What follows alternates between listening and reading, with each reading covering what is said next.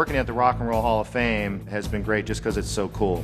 I'm Brian Kenyon, Executive Vice President and Chief Financial Officer at the Rock and Roll Hall of Fame and Museum in Cleveland, Ohio. The opportunity to be involved with rock and roll, which is an art form that I've always really loved and I think is one of the most important art forms of our generation, I couldn't pass up the opportunity to check it out. In my role here at the museum, I get to cover a lot of area outside of finance and accounting. I'm pretty heavily involved in the operations of the museum.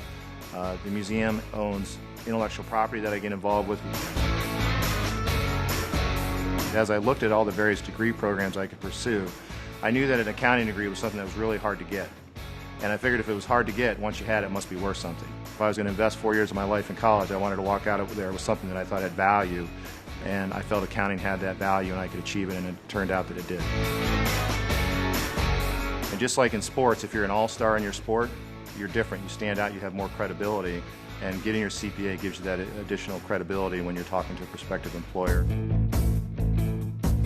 I'd worked for public accounting firms, a couple of, manufacturing company, and a service company, and there's tons of those in the world. I could have worked for thousands of them. There's only one of these that exists, and the opportunity to work at a place that's one of a kind in the world, I just couldn't pass it up.